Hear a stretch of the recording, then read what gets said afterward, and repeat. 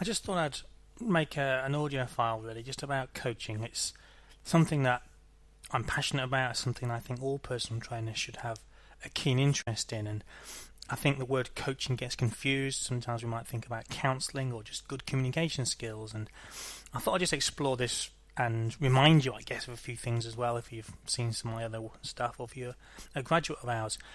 There's essentially two ways I think a personal trainer engages and interacts with clients in a coaching format. Either you're trying to coach a better mindset, that is, you've got a client and for whatever reasons they've got stuck, or maybe they're even struggling to even start, and there are some limiting beliefs in there. There's maybe a very low self-esteem, maybe there's some things that have obviously come up in the past or that have happened in the past that are holding them back, and they're just not sticking with or engaging with either you or your program enough for them to actually get results. And this may even be a recurring theme with different things they've attempted in the past. This is mindset coaching, otherwise known as transformational coaching. And then there's the other type of coaching, which is behavioral coaching, properly known as transactional coaching. And of course, the behavioral coaching is something that I think first of all is more easily done, because the behavioral coaching is about trying to goal set well, i.e. help a client to first of all get clearer about what they really want to accomplish. And there are some great communication skills, some good questioning, and therefore this essence of coaching is going to come through that first phase to be able to help a client gain that clarity. And of course these two types, the mindset coaching and the behavioral coaching, of course there's a great deal of overlap too.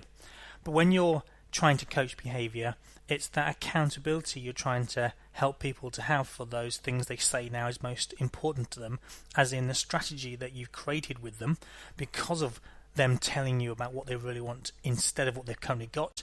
And you cue and you reinforce and remind people in regards to the behaviors that they're intending to do. We know that goal setting is a massive part of this, where someone gets really excited about something in the longer term future that really fuels them, but also scares them, because it's quite a daunting thing to be able to reach all the way out there to something that is that exciting that it genuinely drives people to make significant changes. And therefore we bring this forward, we make it closer to us, so we go from the longer term type goal setting to shorter term kind of goal setting, i.e. we might focus on just the first month, we might even focus on the first week.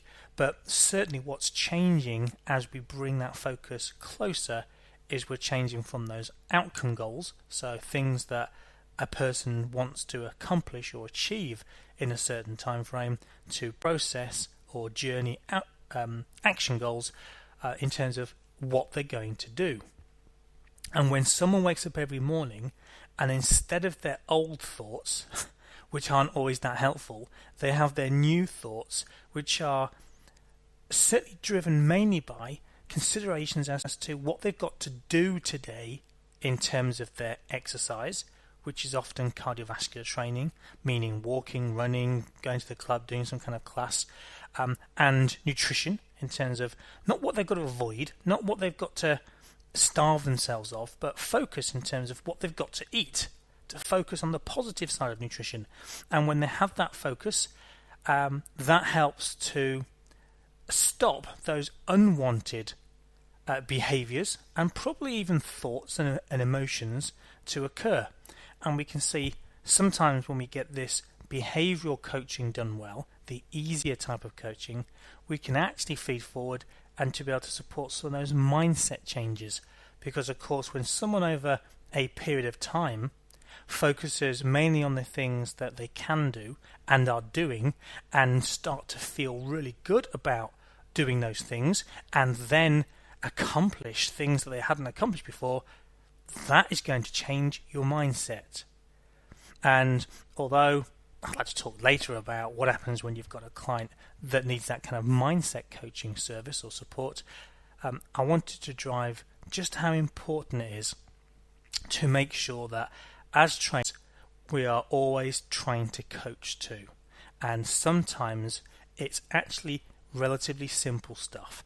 whether it's a private Facebook group, whether it's email coaching, whether that's face-to-face in terms of the work you have with them, or telephone, or creating a support group, that if you are engaged in trying to reinforce new behaviors when you're not around, as in not in your sessions, not those behaviors, clearly they haven't got much choice about those behaviors, but the ones that they do have choice about because they're not with you, if you're trying to influence those behaviors, then you are coaching and you are engaged in, therefore, this coach role that I'm talking about, and it's something that is really, really important, and I suspect will define our industry over the coming years.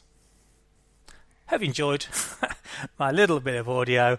I look forward to dropping something else to you soon.